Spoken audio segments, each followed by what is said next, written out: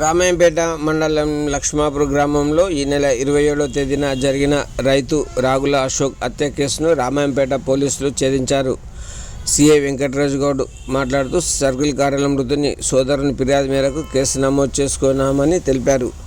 హత్యకు బాధ్యులైన చేకూరి రమేష్, అతని భార్య వెంకటలక్ష్మి, కుమారులు భరత్, ముని నలుగురిని విచారణలో నిందితులుగా గుర్తించామని, నిందితులపై కేసు నమోదు చేసుకుని రిమాండ్కు తరలిస్తున్నట్లు సిఐ వెంకటరాజు గౌడ్ విలేకరుల సమావేశంలో శనివారం రాత్రి 7:30 గంటలకు తెలిపారు.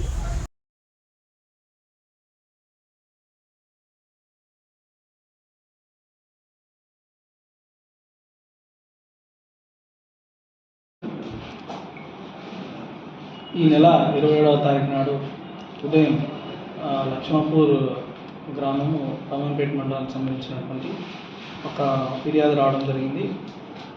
మృతుని సోదరుడు శేఖర్ నాకు కంప్లైంట్ ఇచ్చిండు. వాళ్ళ సోదరుని వాళ్ళ బ్రదర్ సంబంధించిన పక్కా పొలానికి సంబంధించినటువంటి చేపూరి రమేష్ మరియు అతని భార్య, అతని 2 కొడుకులతో కలిసి చంపేసిందని చెప్పేసి ఫిర్యాదు చేయడం జరిగింది.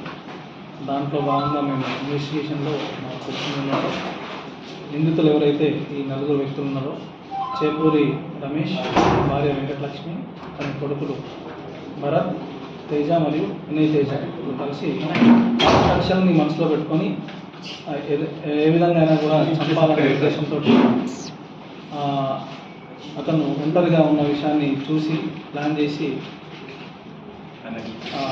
రాగుల అశోక్ని ఆ రోజు ఉదయం సుమారు 10 గంటల సమయంలో అతనితో కావాలని గొడవ పెట్టుకొని ఆ 4 లాక్కుంటూ వచ్చి వీళ్ళ పొలంలోకి తీసుకొచ్చి గుడ్డలతోటి, కట్టెతోటి, బండరాయితోటి పెట్టి హత్య చేయడం జరిగింది. దాని విషయంలో కేసు రిజిస్టర్ చేసి ఇన్వెస్టిగేషన్లో భాగంగా ఈరోజు వారిని అరెస్ట్ చేసి జ్యుడిషియల్ రిమాండ్కు పంపడం జరిగింది.